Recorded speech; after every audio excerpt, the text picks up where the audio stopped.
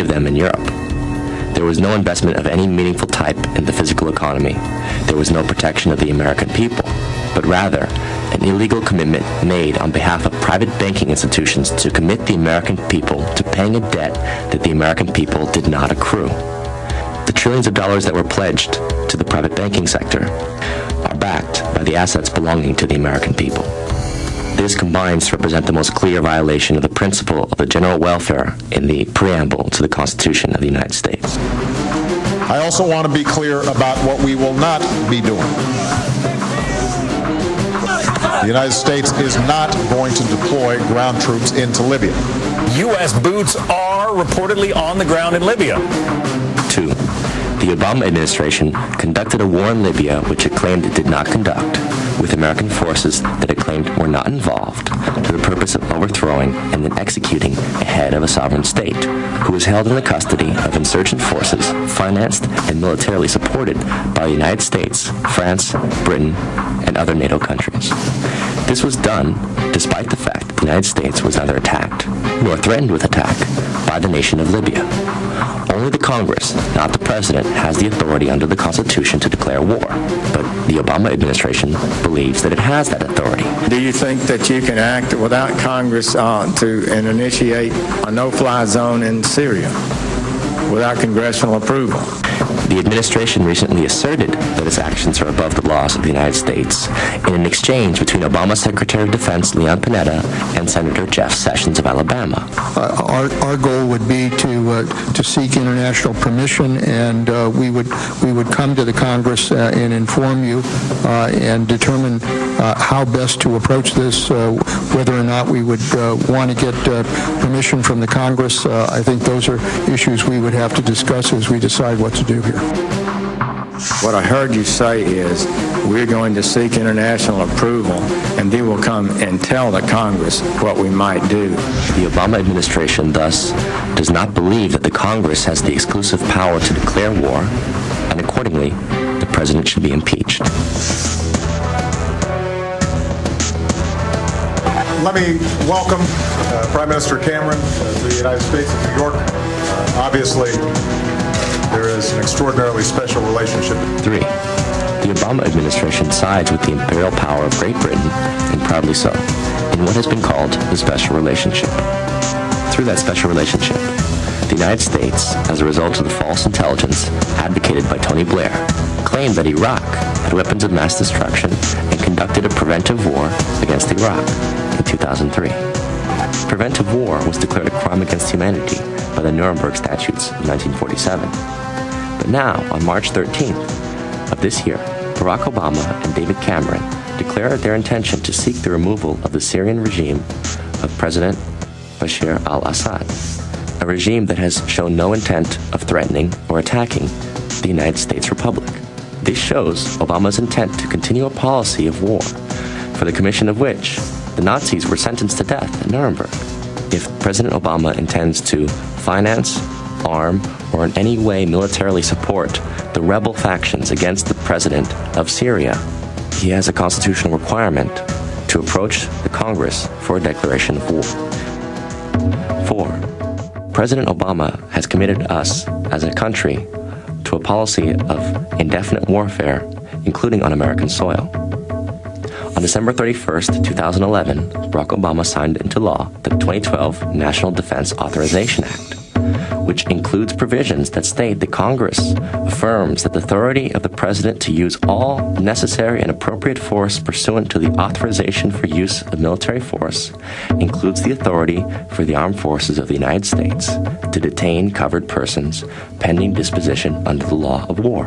When Congress defined such covered persons, exempting U.S. citizens from the language, they were rebuked by the Obama administration, which told them to remove U.S. citizens from being precluded. Thus, as a result, U.S. citizens can also be detained by the U.S. military indefinitely without due process or civilian trial. This now allows the United States military to arrest and detain without trial American citizens who are deemed enemy combatants.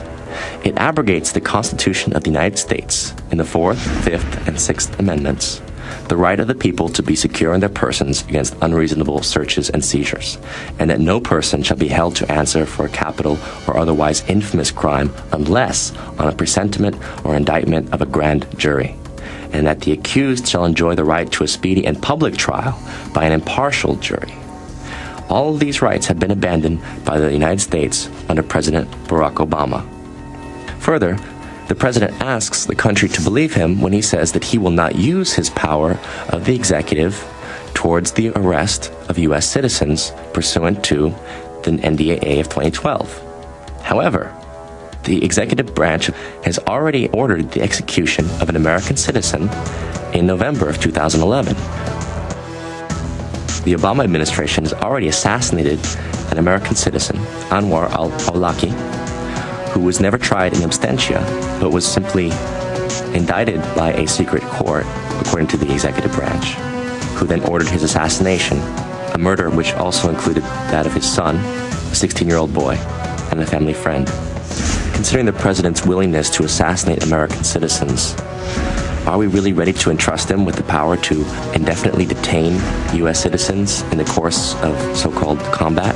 After all, our Constitution promises the trial of all crimes, except in cases of impeachment, shall be by jury, and such trial shall be held in the state where the said crimes shall have been committed. Now is the time. If we choose to surrender our republic to the machinations of dictatorship for fear of external threats, terrorism, and other amorphous enemies, then we do not deserve the republic, which was given to us by our forefathers and promised to us based on the pledge that it is a republic of the people, by the people, and for the people. Consequently, as a republic belonging to us, we are not accountable to the president and the Congress. They are accountable to us.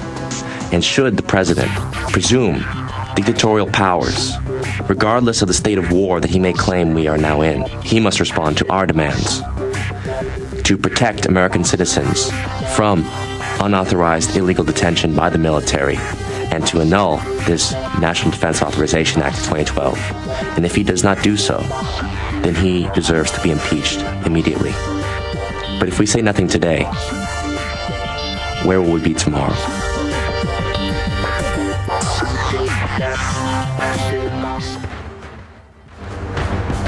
All right, my friends, ask yourself, what are you doing in this time of great challenge? We'll be right back after this break with Sean Stone, the super high-quality version.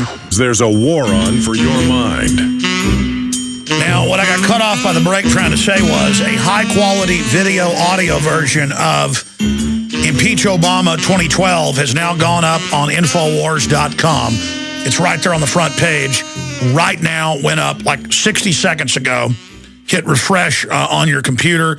Get the video. Get it out to everybody.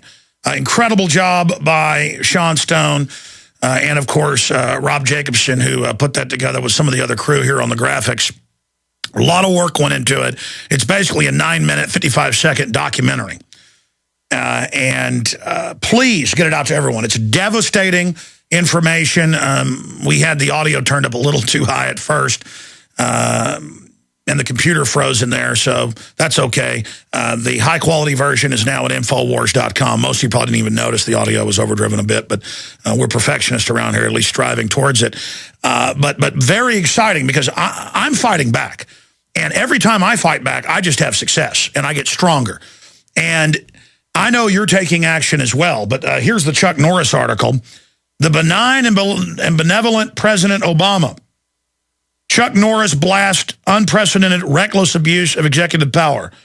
And in the last week, 3 more Congress people have come out and said they've had the lawyers in the House look at the new executive order, something we looked at 3 weeks ago and were called conspiracy theorists, and that it does grab unprecedented power. Before, they had it on the books since 1950 that if there is a nuclear attack or a giant war and we're being bombed, that yes, civil emergencies put in by the president.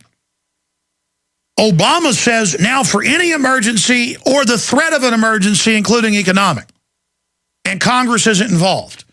And I saw all these neocons come out and say, oh, this is okay. And I want to say good job to Chuck Norris. You know, I don't normally come on here and say great job, Chuck Norris. The point is that really he's flying in the face of dozens of neocon publications. Drudge called it like it was correctly, day one. Chuck Norris has called it correctly. All the other neocon sites, including, and I like WorldNet Daily overall, they wrote articles basically saying I was wrong and it wasn't that big of a deal. I'm sorry, I don't know what planet you're living on. We're in trouble. We're not in Kansas anymore. They're sticking their hands down our pants. They're buying hundreds of millions of bullets, armored mobile checkpoints, federalization. I mean, you'd have to be crazy, Sean Stone, to not see that we're following a very accelerated trajectory towards open totalitarianism. Sean Stone. Yes, sir. Was that a question? Well, no. I mean, I want your take on that, this accelerated trajectory. Yeah, I think it has a lot to do with economics. I think it has to do with the economic meltdown that people like my friend Lyndon LaRouche have talked about on your show, and others have pointed out for years, which is that this is not a sustainable trajectory of speculation. That these banks have basically they've used the leverage of what used to be our industrial economy just to play games with derivatives and whatnot. They basically leveraged themselves out. They now are bailing themselves out with the rest of our future wealth. But overall, they know that it's over. It's it's contracting, it's collapsing in Europe at the moment, and who knows when it's going to go here. I mean, there's a lot behind the scenes that we don't know, right, Alex, in terms of what the bankers are actually dealing with and assessing. But I think the economic meltdown is exactly the reason why they are going rapidly towards this martial law scenario, which is basically potentially, how do you basically go to austerity measures in a country like the United States, which is what they're doing in Greece, for example, right? If you get those kind of austerity terms here, do people come out and start revolutionary activities? How do you quelch it? How do you basically make people disappear? How do you arrest them as economic terrorists, as whatever kind of terrorist they want to name? It's a ridiculous term. The point is, it doesn't have any meaning. No more than Al Qaeda has meaning anymore, because it's so amorphic. And even military personnel will tell you that Al Qaeda really doesn't exist. It's what they decide to call that person. Okay, he's part of that cell. Sean Stone, stay there. Let's do 5 more minutes. I want to hear some of the ideas you have to help make this go viral. Then phone calls. Stay with us.